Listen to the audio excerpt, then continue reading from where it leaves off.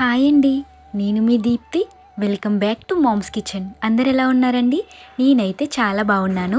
ఇవాళ మన రెసిపీ వచ్చి చింతపండు పులిహార ఎలా చేయాలో చూపిస్తానండి. ఎప్పుడూ చేసే విధంగా కాకుండా ఇలా పాత పద్ధతిలో ట్రై చేయండి, చాలా టేస్ట్గా ఉంటుంది.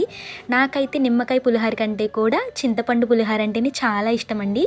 చాలా సింపుల్గా చేసేవచ్చు, చాలా టేస్ట్గా కూడా ఉంటుంది. ఇంకా దీని కాంబినేషన్ బాయిల్డ్ ఎగ్ అయితే భలేగా ఉంటుందండి. ఇంకా లేట్ చేయకుండా ప్రాసెస్లోకి అయితే వెళ్ళిపోదాం. మరి దీనికోసం ముందుగా అయితే మన పులుపుకు సరిపడా చింతపండు అయితే నానబెట్టుకోవాలండి. పెద్ద నిమ్మకాయ సైజ్ అంత చింతపండు నానబెట్టుకోవాలి వాటర్లో వేసి. ఒక అరగంట అయితే మంచిగా నానిపోతుందండి. ఇలా చిన్న ముక్కల కింద చేసుకుని నానబెట్టుకోవాలి. నానబెట్టుకున్న చింతపండునైతే ఇలా రసం తీసుకుని పక్కన పెట్టుకోవాలండి. ఇప్పుడైతే ఒక 7 పచ్చిమిరపకాయల వరకు ఇలా పొడుగ్గా చీల్చుకుని పెట్టుకోవాలండి. అలాగే ఒక 2 ఎండుమిరపకాయలని ఇలా ముక్కల కింద కోసుకుని పక్కన పెట్టుకోవాలి. అలాగే ఒక 2 స్పూన్స్ వరకు తాలింపు దినుసులు తీసుకోవాలండి. దీంట్లో పుట్నాల పప్పు, పచ్చిశనగపప్పు, అలాగే ఆవాలు ఇవన్నీ తీసుకుని పక్కన పెట్టుకోవాలండి. తాలింపు దినుసులు ఎంత ఎక్కువగా వేసుకుంటే పులిహోర అనేది అంత టేస్ట్గా ఉంటుంది. ముందుగా అయితే ప్యాన్ తీసుకుని దాంట్లో ఒక 2 టేబుల్ స్పూన్స్ వరకు ఆయిల్ వేసుకోవాలండి. ఆయిల్ అనేది కొద్దిగా హీట్ అయిన తర్వాత తాలింపు పెట్టుకోవాలి. ముందుగా అయితే ఎండుమిరపకాయలు అలాగే పోపు దినుసులు వేసుకుని బాగా ఫ్రై చేసుకోవాలి.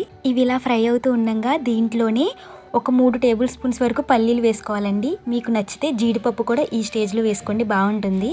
ఇవన్నీ కొంచెం ఇలా ఫ్రై అవుతూ ఉండగా దీంట్లోనే మనం ముందుగా కట్ చేసుకుని పక్కన పెట్టుకున్న పచ్చిమిర్చి ఉంది కదండి, ఆ పచ్చిమిరపకాయలు కూడా వేసుకోవాలి. జీడిపప్పు నేనైతే కొంచెమే వేసుకున్నానండి, ఎందుకంటే అవైలబుల్గా లేదు. మీరైతే కొంచెం ఎక్కువగానే వేసుకోండి.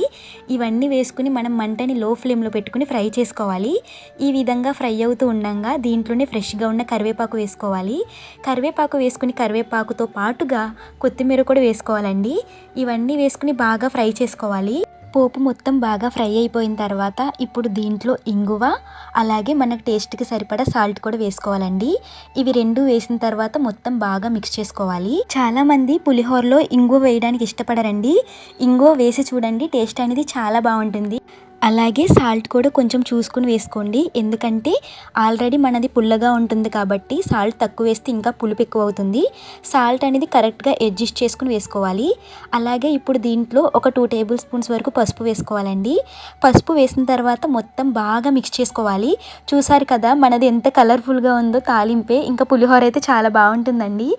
ఈ విధంగా మొత్తం బాగా ఫ్రై అయిన తర్వాత దీంట్లోనే మనం ముందుగా పక్కన పెట్టుకున్న చింతపండు రసం ఉంది కదండి, ఆ చింతపండు రసం కూడా వేసుకుని మంటని లో ఫ్లేమ్లో పెట్టుకుని కొంచెం ఇలా తెరలకాగనివ్వాలి. కరెక్ట్గా ఒక 10 to 15 మినిట్స్ తర్వాత అయితే పులిహోర పులుసు రెడీ అయిపోతుందండి. చూసారు కదా, ఆయిల్ అనేది ఈ విధంగా బయటకు వచ్చిందంటే పులిహోర పులుసు పర్ఫెక్ట్గా అయిపోయినట్టే. ఇప్పుడైతే మనం వేడి వేడి అన్నంలో ఈ పులిహోర పులుసు కలిపి చింతపండు పులిహోర అయితే రెడీ చేసేద్దామండి.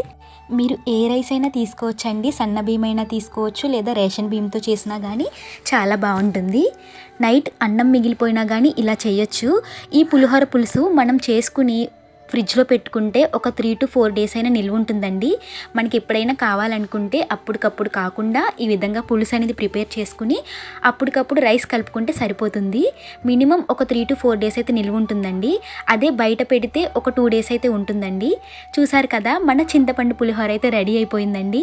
టేస్ట్ అయితే మాత్రం చాలా బాగుందండి. మీరు కూడా కంపల్సరీగా ట్రై చేయండి. ఇంకా దీని కాంబినేషన్ అయితే బాయిల్డ్ ఎగ్ ఫ్రై చేసామండి. మా సైడ్ అయితే ఎక్కువగా ఎగ్ ప్రిఫర్ చేస్తారండి పులిహోరలోకి అయితే. మరి మీ సైడ్ ఏం ప్రిఫర్ చేస్తారు? అలాగే దీంట్లో కారప్పొడి కూడా వేసుకుని తింటే ఇంకా బాగుంటుందండి. మీకు నిమ్మరసంతో చేసిన పులిహోర అంటే ఇష్టమా, లేదా చింతపండుతో చేసిన పులిహోర అంటే ఇష్టమో కామెంట్ చేయండి. మళ్ళీ కలుద్దాం. Bye bye.